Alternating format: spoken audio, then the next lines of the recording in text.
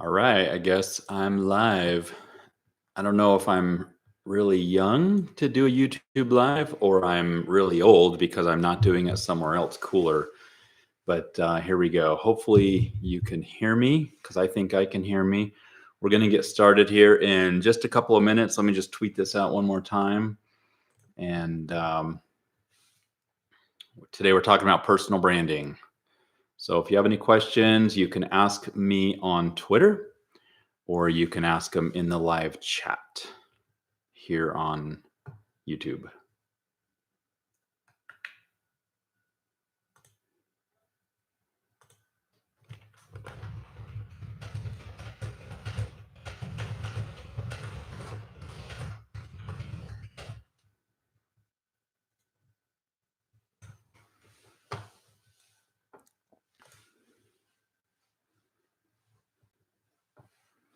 Okay, I'm live. I've gotten confirmation.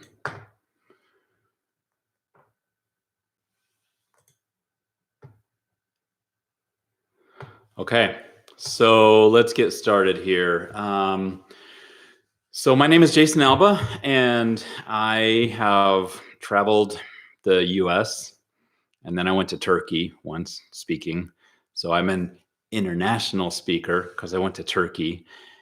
Actually, I've spoken since in Belgium, and I think that's it.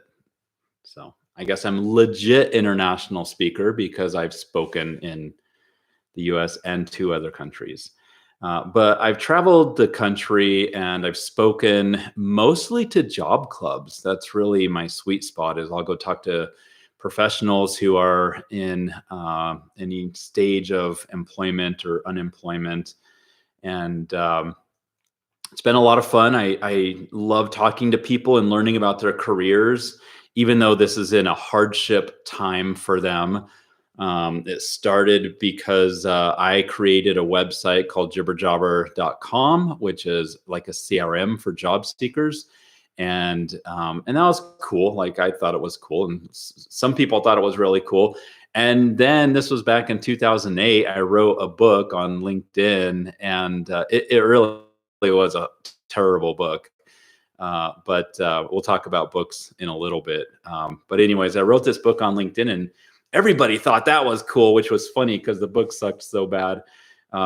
It was in its fourth edition, and I was re-editing it, and I thought, man, this even the fourth edition stinks. Like it was really a hard thing to put my name on and put out there, but it did wonders for my career, and it did wonders for people who wanted to learn about personal branding and stuff like that. So the funny thing is, the title of the book was so good.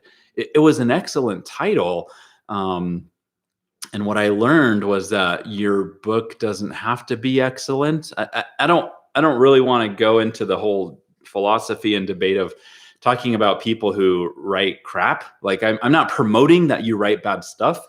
But as far as a personal branding tool, I really didn't have to worry about the book being poor as much as I needed to focus on having an excellent title. Because when people introduced me on stage, they never said, hey, here's Jason Alba, and his book, has, here's all the reviews on Amazon or whatever. There was somebody that wrote this really nasty review on Amazon, and I was like, man, you're a jerk. Like what a horrible person to spend your time doing that. And anyways, this was the first edition of the book. And when I went through to edit it the second time for the second edition, I was reading through the first edition. I thought, this really is terrible. I should go to Amazon and leave my own 1-star review. It's such a poorly written book. So anyways, writing my book was a big part of my personal branding journey, and it helped me understand the power of having a personal brand, something that I never really thought about or heard about before. And so anyways, so that's part of the journey, and we'll talk about that in a little bit. I am actually pretty nervous. I get on stage frequently, and I've done my Pluralsight courses, which is very, the stage experience is you can see people, you can read their feedback, you can understand if a joke that you say like lands flat, and you can kind of adjust where you're going. And then people have questions. And so there's like this energy in the room. And then the Pluralsight experience is, you're talking into a microphone at a screen with a PowerPoint on it, and it's very solitary, and you get zero feedback in the moment. And so there's that extreme. This is the first time that I am doing anything live. I actually bought a nice camera, which I'm not using right now, but I bought a nice camera last year to do more video stuff. But this is it. So this is my first entry. So I'm going to relate a story that ties right into that. And then I want to talk about how that ties into your personal brand. So a few years ago, I lived in a different house, and I was finishing my basement, which I'm not really handy, but I'm up for trying and figuring out and learning and stuff like that. I'm curious enough to try and figure stuff out. So we got everything done up to the sheetrock and the texturing, and it was ready to paint. And of all the stuff that I have always hated to do, painting was at the top of the list. I don't know why. I mean, it's actually really satisfying to see fresh paint and to see it change, like see a room change so drastically because you put paint up. But I just dislike the cleanup. I hate the cleanup. The preparation is just kind of yucky and stuff. And so anyways, so I found myself on the day that I had scheduled to paint my basement, and this is pretty much by myself. I had little kids at the time, and they all wanted to help. And if any of you have ever had little kids help you paint in your house, you know that it's better to lock them away and just get the job done and have it more clean than have them come in. And so anyways, I got everything out. I got the paintbrushes and the rollers and the rags, and I got the paint, and I stirred it, and I got the like everything ready. And then and then I kind of moved stuff around a little bit, and then I moved a little bit more around. And like, I don't know how long this took, but it was probably like 1 or 2 hours that I was prepping to paint. And for some reason, I was just afraid to actually start painting, because once you start painting, the preparation time is over, right? And so what I did was I was doing this, and then finally I was like, I gotta just do this. I need to get the roller wet and put it on the wall. And as soon as I did that, everything else just flowed, right? And so I spent hours probably thinking and rethinking, analysis paralysis, right? And but once I actually got that first roll on, then my brain switched over, and I'm like, all right, let's do this. Let's finish this job. And I think sometimes when we talk about careers, personal branding, networking, stuff like that, we look at that and we're like, I'm going to do this, and I'm going to do that, and I'm going to, and you never do anything because you don't want to do anything until you're ready, right? And that's kind of how I've been with YouTube Live and live videos and stuff like that. Like, I've never really been ready, but this morning, actually last night, I was like, I don't know if I should do this. And then I tweeted it, and I was like, all right, committed, I'm going to do it. And that's really kind of where I think a lot of people are with their personal brand. Like, they know they should do something. They have some ideas on what they should do. But they're not quite sure when to start or where to start or how to start. And so hopefully by the end of however long we spend today, you'll have a really good idea of some things that you can do right now to make a difference. So have an agenda put together. And what we'll do first is jump into a little bit of housekeeping just real quick, and then we'll go into a lot of the content or the meat, the general personal branding information. Just real quick, Sean asked on YouTube Live, do you practice speaking techniques before going into making courses? By the time I start recording a course, I have probably edited my script 5 or 6 times. I used to not script, and I've looked at my old courses, and I'm like, I really should have scripted those, but I script everything now. And I've gone through it 5 or 6 times in an editing mode. And then I read it out loud at least twice, which is also part of editing, and I clean it up. And then I do, voice stuff and just do that. But I don't I wouldn't say that there's any, I have my own little things, but I'm not sure if they're like trained things. So, all right. So housekeeping.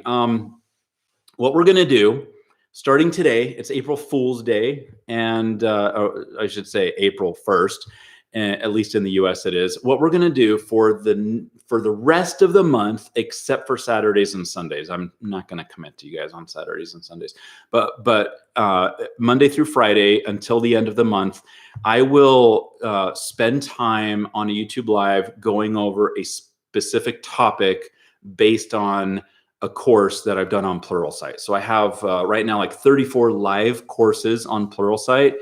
And if you don't have access to Pluralsight, just shoot me a message. I'm Jason at jibberjobber.com, and I can get you probably access unless I run out. And so it's no cost. So you can watch my course, and then basically we're going to kind of review and kind of talk about stuff, maybe kind of book review or whatever.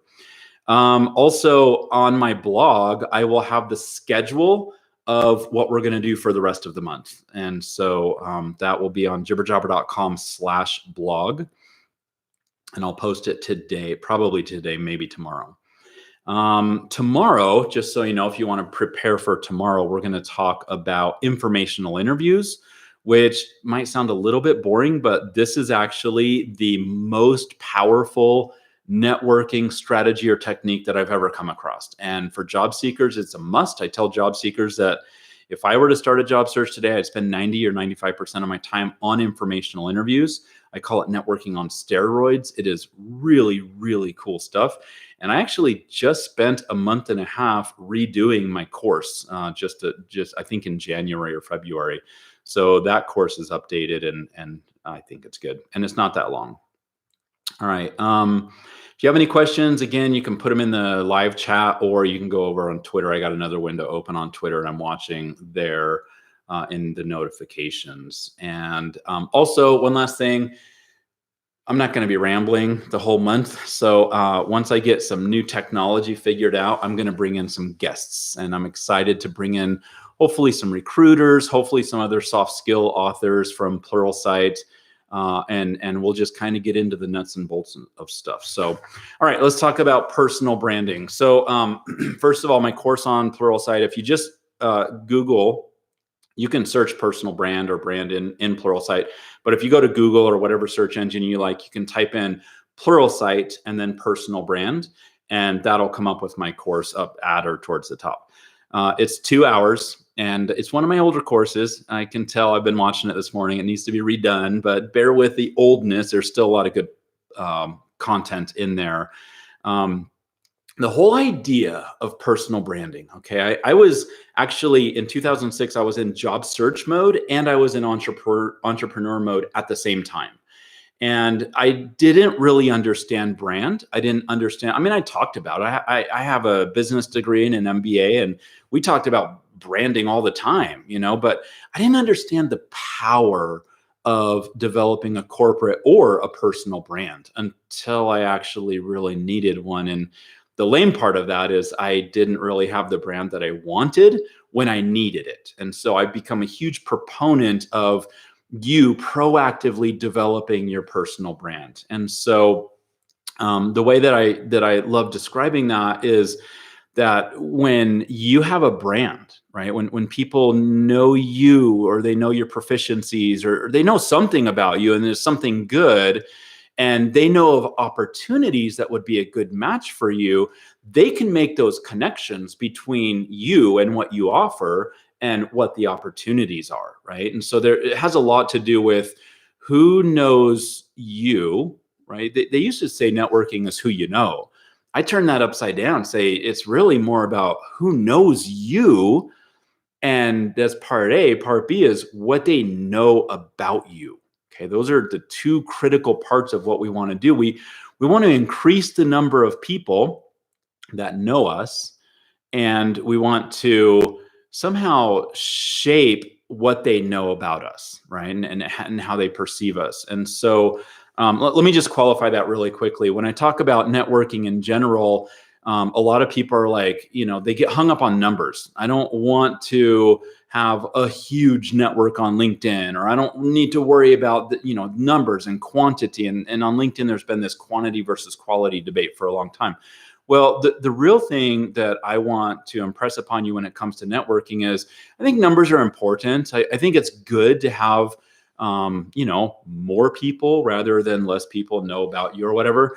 But I really want you to focus on not the quality of people who know you, but the types of people who know you, right? So I'm talking about people, if you're a developer, I'm talking about other developers or people who hire developers, right? And so I'm not really concerned about the kid working at Taco Bell, that I might go to Taco Bell every day and see this, this kid even knows what I'm going to order before I even walk in the door.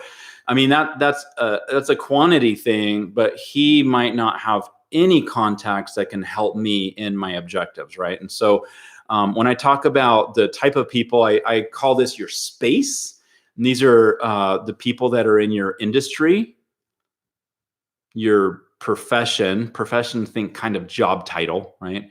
And industry, I've been in IT most of my career. So industry, I'm not stuck in one industry. I can go to multiple industries. So whatever industries you want to focus on. And then the third one is your geographic location, independent of profession and industry. So anyways, I want people in my space to know me and to think about me, because when that happens, I don't have to go out all the time and say, hey, my name is Jason Alba, and here's my 30-second pitch, and hopefully anybody cares about that, and you'll introduce me. That's what I would call push marketing, where I have to proactively go out and communicate what my brand is and hope that I get some value out of that. The alternative to push branding is pull branding, right? When you have a brand that you've developed and people know who you are and why they should even care about you and why they want you on their team or on their projects, or they want you as a contractor because your brand is so powerful, right? Then they come to you. And when they hear about opportunities behind closed doors, right, then they're like, oh, you know what? I know this guy, Jason Alba. He is the guy that you want to talk to. That's the power of pull branding. I actually have not been in a job search for a long time, but last year, about a year ago, I got approached by one of the only companies that would pull me out of being an entrepreneur. Not completely, but a company that I'd be interested in working at. And the recruiter called me up and said, hey, this senior level executive said that we need to talk to you about this role because he said you would be perfect for this role. That's the power of a personal brand. And it's so cool. It's fun. It's way more fun than what I experienced in 2006 when I had to do a lot of push marketing and I got nowhere with that. So that's the vision that I really want you to have, whether you're coming at this, for your own career or with your own business or, repping your company or whatever. I want you to think about how a brand can create a pull where people are coming to you because of what you've created, the perception you've created, as opposed to you always having to go up and reintroduce yourself or your stuff. All right. So, just look at my notes here real quick and see what I've already talked about and what I want to skip. All right. So when I get on stage with job seekers, when I start talking about personal branding, I'll say, all right, by raise of hands, who in here has a personal brand? And there are, I don't know, maybe like 5 people out of 100 that raise their hand. And the rest, of course, you have your introverts and your shy people who don't want me to pick on them. But a lot of people are like, well, I mean, I've never done anything for a brand, so I don't think I have a brand. And so I go through this kind of spiel in this series of slides, and this is in the personal branding course on Pluralsight, where I basically say, look, everybody has a brand. Everybody has a brand. Your brand is either intentional because you've thought about how you want to be branded and you've put together things like maybe a bio on LinkedIn, or something in your email signature, or you've done something intentional, right? There's a guy in Minneapolis And his tagline, before I ever met him, of course, he's a marketing guy, and so he gets branding. His tagline was that he markets stuff to men. I think it was marketing manly products, or it was something along those lines. I can't remember right now, but he was known in the Twin Cities as the person, if you wanted to market man deodorant or tools or something really manly, he was the person that you went to because his expertise was marketing to men, right? And that became his tagline. That's how he intentionally created the perception that others would have of him. Okay, so on the flip side of that, if you haven't created your intentional brand, you have people who have a perception of you, right? They already have an idea of what you do, who you are. It could be skill based, like, man, that is the best developer that I always want to work with, or that person's an awesome product manager or boss or whatever it is, right? Or it could be personality based, right? And so there's this really yucky story in the personal branding course. When I was in high school, I worked. I was like, I don't know what they're called, but like elves for Santa. So I was at the little photo booth in the mall, and the boss, she she had a really bad body odor or breath. I can't remember which, but no matter how good she was at her job or not good at her job, none of us cared about that. All we knew was stay like 3 feet away from her, or else you'll start gagging, right? And so her brand had a lot more to do with not her proficiency at work, but more of something that had to do with her character. And it was really unfortunate, but that's the way it was. That's what her brand was. So bottom line, you have a brand that's either intentional that you've created, or it's unintentional and it just happens. And what I want you to do, everybody who's watching this, is I want you to think about what your brand is. So I was speaking at Pepperdine a number of years ago, to their MBA program.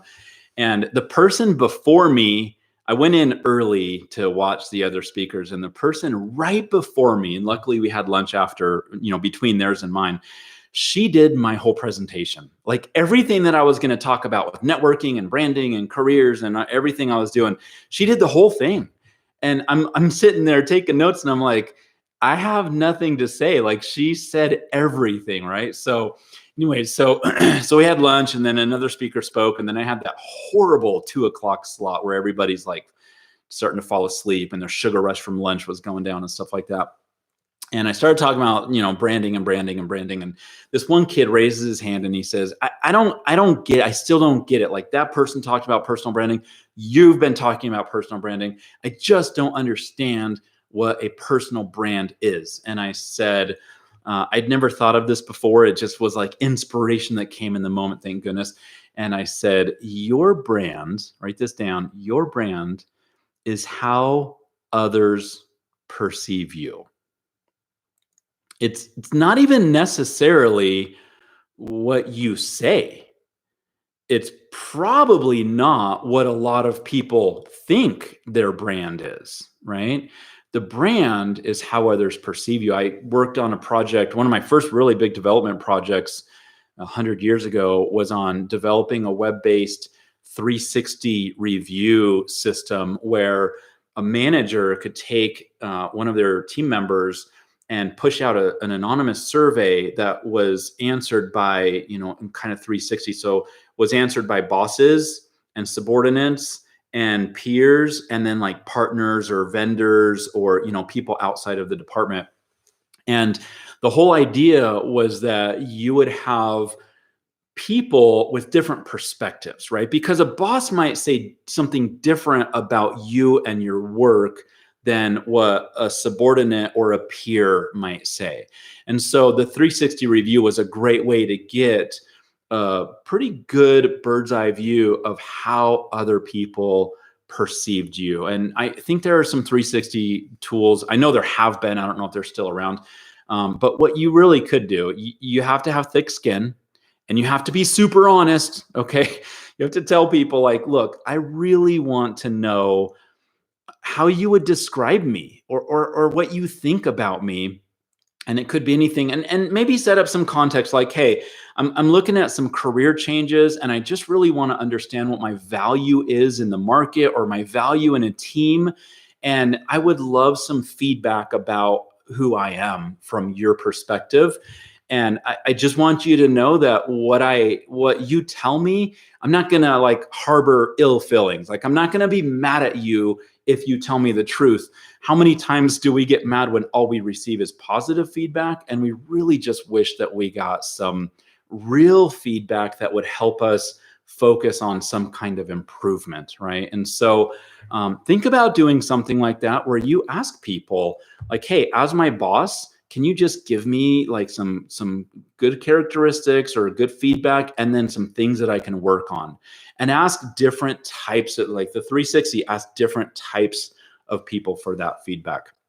And that should help you understand how others perceive you. Because like I said, your brand isn't necessarily what you want it to be or what you say it is in your tagline. Your brand could simply be what everybody is saying about you. And you might not know what they're saying about you. So I have some other stories on the perception in the personal branding course, but I don't want to belabor the point.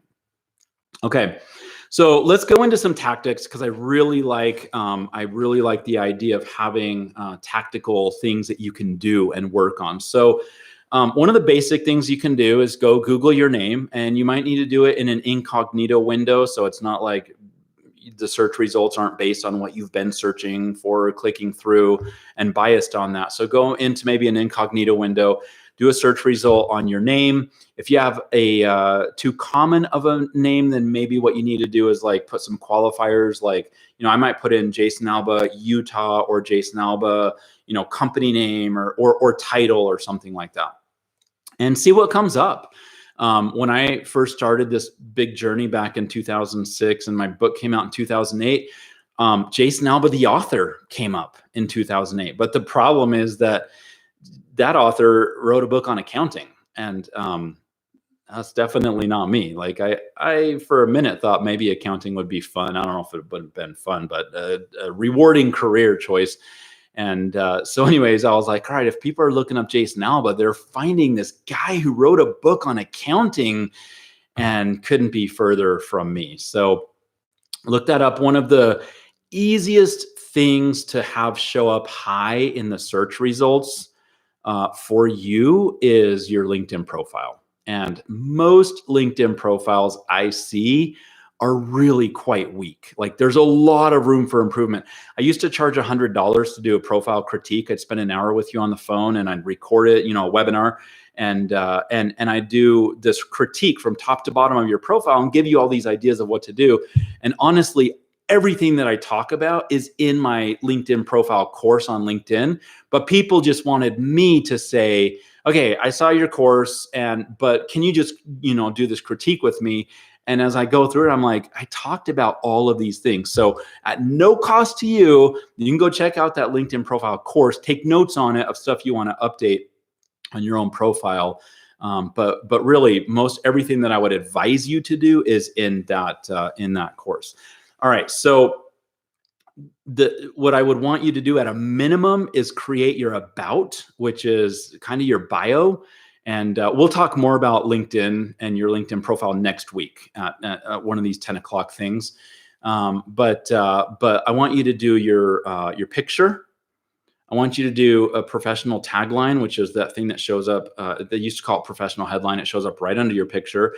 And then the about section, which really becomes your bio. At a minimum, that's what you should be doing on LinkedIn. Next week, when we talk about LinkedIn, we'll talk about things that you can do to show up higher in the search results, and things that you can do to flesh out your LinkedIn profile for search, but also for the human reader, right? And for your brand. All right, so that's the basic stuff. Just go spend a little bit of time. It doesn't really need to be that much, but spend a little bit of time on LinkedIn. The next level of personal branding stuff you can do, I used to talk a lot about blogging, because back in 2006, when I first started Jibber Jobber, I blogged a lot, and blogging was an amazing branding and networking tool.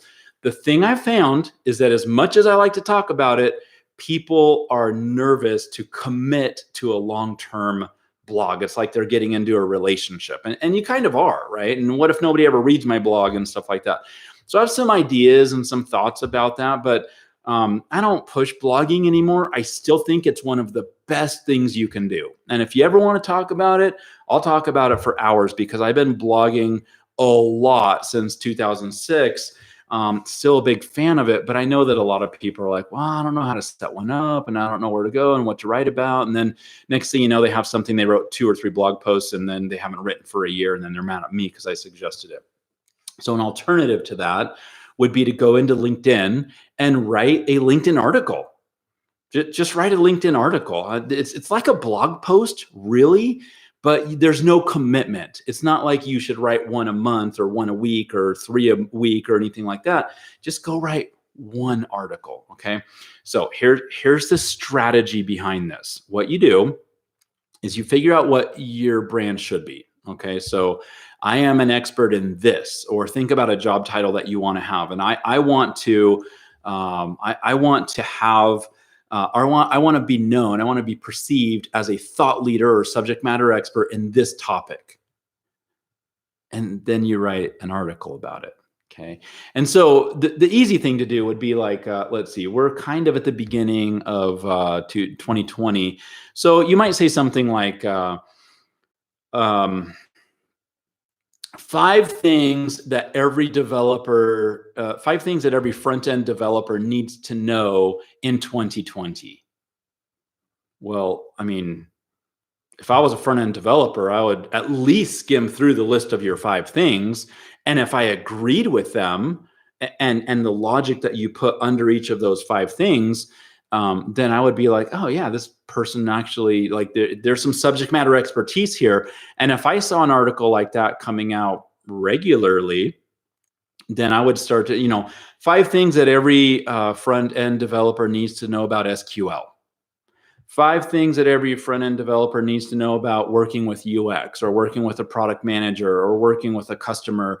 You see what I'm doing here? Like, your expertise is front-end developer, for example, right? And as you write articles about these things, you're creating this body of knowledge that you're sharing, showing your passion and your interest, and you're starting to form how others should perceive you.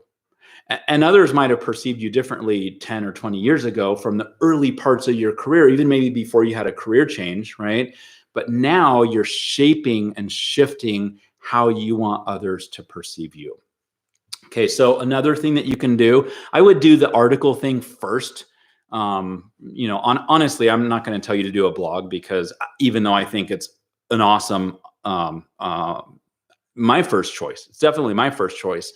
The LinkedIn articles, it's there today. Right now, you can go write your article and post it and be done today.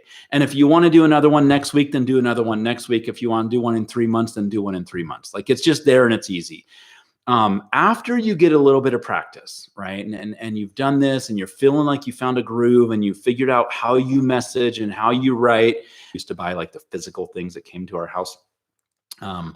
Go find some industry newsletters, or industry, I'm just going to call them magazines, but find some industry magazines that you can pitch and say, hey, I've been writing here for a while, and I'd love to write this article for you guys. I read you guys, and you have to come across not as a PR person and not as somebody. I mean, I get pitches like that probably 1 to 3 times a day, and I can kind of sniff them out, and I don't even read them. I just delete. But if you can write something where somebody else has already created an audience and they market to that audience, right? Even if, once again, nobody reads it, at least you can say, oh yeah, I write LinkedIn articles and stuff, and I've also been published in this place and this place and this place, right? Speaking of published in, another question I have in my job search clubs when I talk about personal branding is, who here wants to write a book? Raise your hand if you want to write a book. And I'll get like 2 or 3 people that want to write a book and nobody else does. And I say, okay, look, I tell them the story about my book when I wrote my LinkedIn book. And it's the thing that kept me on the map and it kept me relevant and it kept my company Jibber Jobber up and running. And it got me on the speaking circuit, which got more visibility for my company. And it was just such a phenomenal experience. Like I said, it wasn't even a good book, even though the title was good. So I say, look, I am a huge advocate of using books as a personal branding tool. But, probably you're not going to go out and, look for a publisher and all that stuff. So I want to teach you how to write a book.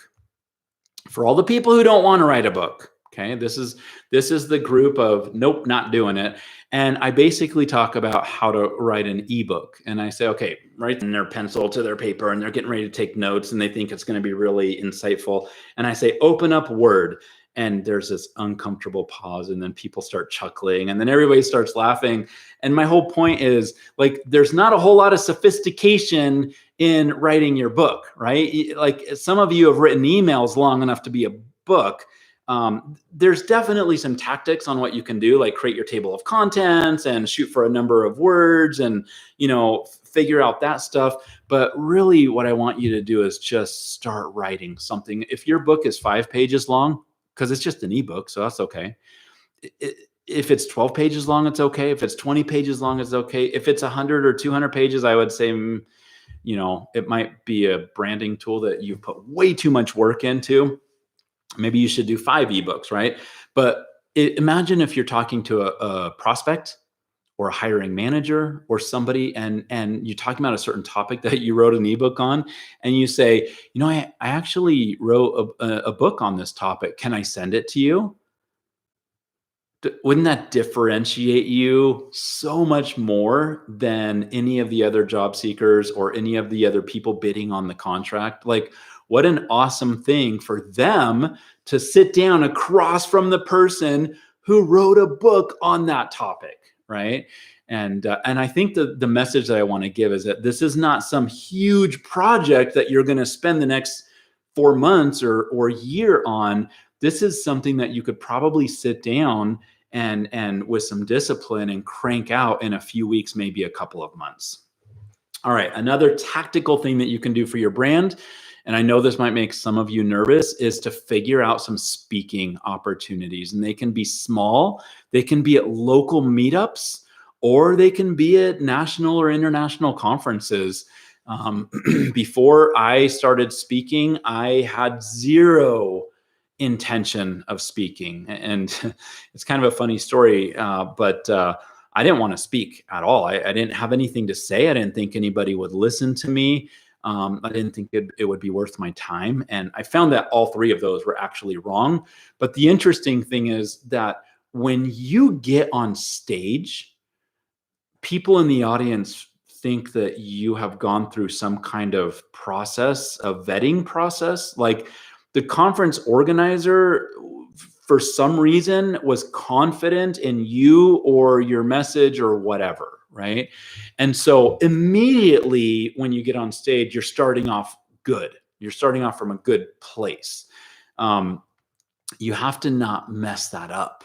I've seen speakers get up and they're too pitchy, or they're too, I don't know, their message just isn't coherent. They don't have enough meat, I actually was listening to somebody who has sold millions of dollars of a program, and I went in and started listening to some of their stuff, and I thought, there is no way that I'm going any further, because this is just rambling on and I'm not taking any actionable things, right? And so I'm not going to tell you that speaking is really easy. All you have to do is make some phone calls or send some emails, and then you get on stage and everything's wonderful. Now you have your personal brand. What I will tell you is that speaking is an awesome personal branding tactic, and it can really help you set yourself apart as I said this earlier, but I didn't really pop them out, subject matter experts or a thought leader. These are the 2 things that I really want to I want my brand to go towards. I want people to know me as a subject matter expert or, because it could be and or a thought leader. Okay. And so when you have some articles up And when you've written for industry magazines, and when you can say that you've spoken at these meetups, especially if you go out of state or somewhere else, because there's this whole idea that if you speak not in your local area, then maybe that person really is an expert, right?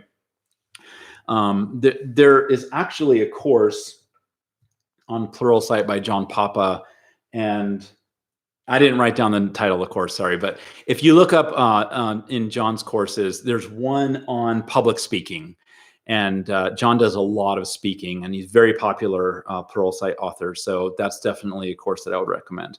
All right, let's jump over to, because we are 40 minutes in. Let's jump over to a few more things and then we'll wrap it up. A few more concepts. So in my course on Pluralsight on personal branding, I talk about bad words. I say, it was kind of funny because I was listening to it today and I haven't listened to my own stuff for a long time. And it said something like, don't use bad words in your personal branding. And I thought, wait, what the heck? Well, when I go into the concept of bad words, I say, of course, don't use filthy words. Like, don't use cuss words. Duh. Like, hopefully nobody's gonna do that. But what I say is, don't use these two types of bad words. One is jargon and one is cliche. Now, if you're talking to peers and colleagues who get your jargon, fine, okay? But if you're not talking to peers and colleagues who don't understand your jargon, what you're doing is you're making it hard for those people to talk well or write correctly about you. Okay, so if you go to someone and say, yeah, I this is what I do, this is my day job, and you give them like title or something very jargony, and they're like, oh, you work with computers, and you're like, yeah, but there's like 20 different areas of computer expertise, and this is my expertise, and it's so awesome. And they're like, does not compute. I don't know what any of that is. So he's the computer guy. That's the geek, right? And so when you use jargon, you confuse people and you make it harder for them to be your evangelist. Okay. The other one is cliche. And I see this a lot in like little cute taglines, where like under your name and your email signature, when you use these little taglines and you put cliche in, and it, people read that and they're like, I don't know what that means. Like, I mean, I know what it means, but I don't know how it applies to Jason. I don't know how this makes Jason, this doesn't say anything about him, right? And so I think that when you use cliche, you lose meaning in the words that you put up. You water down the power of what you're trying to say. Okay, let me just see, we're getting close to the top. Let me jump over real quick to look at my messages on Twitter. Okay, no questions on Twitter. I'm going to give one more concept and then we'll close out with some takeaways, like some actionables, to-dos, and then we'll be wrapped up. So years ago, when I had just started Jibber Jobbers, before I wrote my first book on LinkedIn, and I was at a conference in Chicago for bloggers, and it was really a lot of fun. And this guy named Andy Cernovitz gets up on stage, and he is the founder of the Word of Mouth Marketing Association, and just really fascinating. And he had 5 things to do to get word of mouth. And he's like, all right, well, do this and do this and do this. And I'm furiously writing things down because I wanted word of mouth for Jibber Jobber, right? I was at the beginning stages of my company, and I wanted to figure out how to market it better. And I was just so excited about all these ideas. And then he said something that was so intriguing at the very end. He said, and if none of these work for you, and I was like, what a consultant. Like, that's how consultants are. They come in, they give you their ideas, and then it's like, they leave a little room for, and this might not work for you because you don't do it the right way. But anyways, Andy says, and if none of these work for you, latch on to a brand or a product or a company or a person that is getting word of mouth marketing. Latch on to something that is getting the buzz, right? And so at the time, nobody knew what Jibber Jobber was. but everybody knew what LinkedIn was. Everybody was talking about it. It was growing super fast.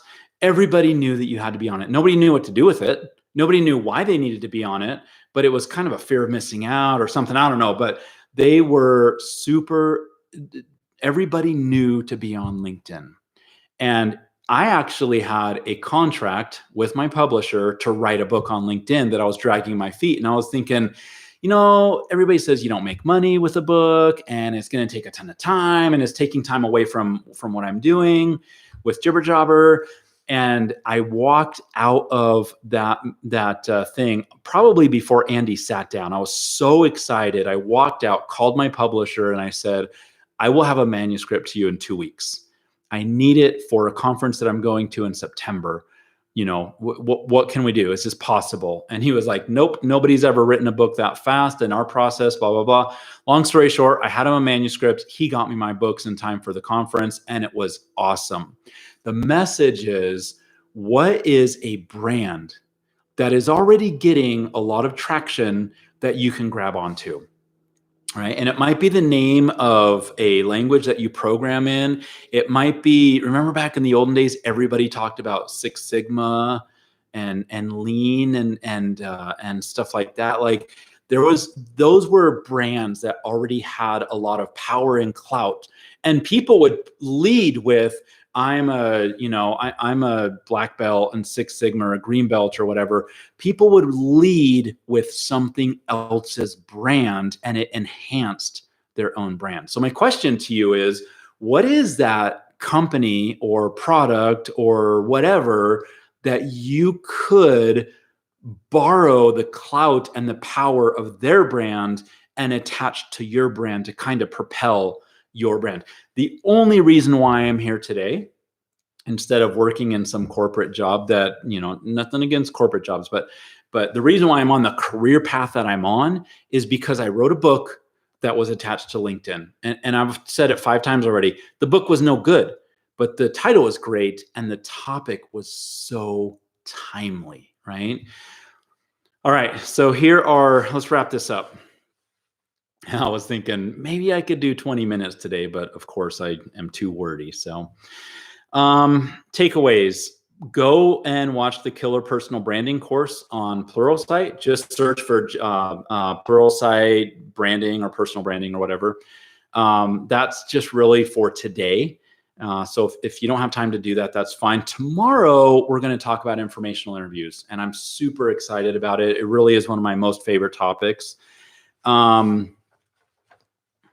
I want you to go out to LinkedIn or Twitter or wherever you have profiles online that you should do some branding, and go update your stuff. Not everything. We'll talk about LinkedIn next week and we'll go really in depth, but at least think about your bio and your tagline, which will be part of your brand, and your picture.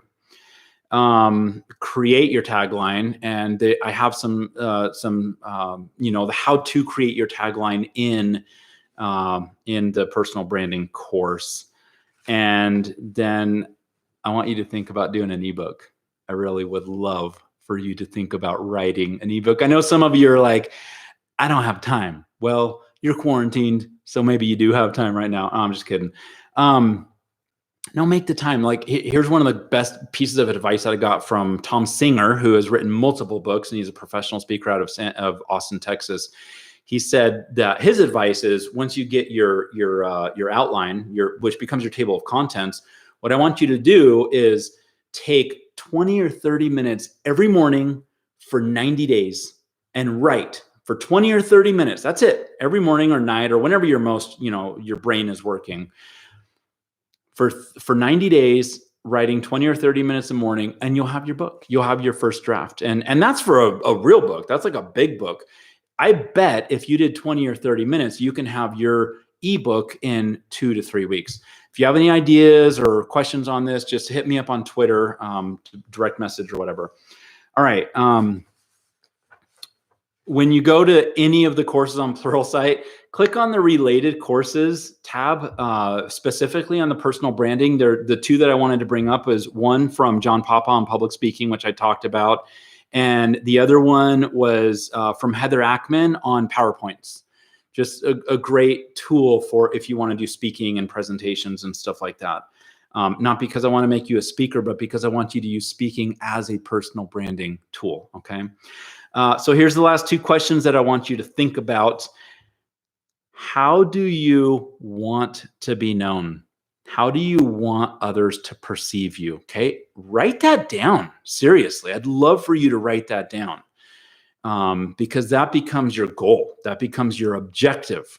And then I want you to back into the objective by thinking about what you can do to influence how others perceive you, right? And all the stuff I talked about today and the stuff that's over on that Pluralsight course, because there's a whole lot more tactical stuff in the course, but your LinkedIn profile, your email signature, which we didn't really have time to go into, the idea of articles and speaking and all these other things, that's how you influence people to perceive you the way you want to be perceived. Okay, so let me just go through these chats here real quick. Jose says, thank you and you're welcome.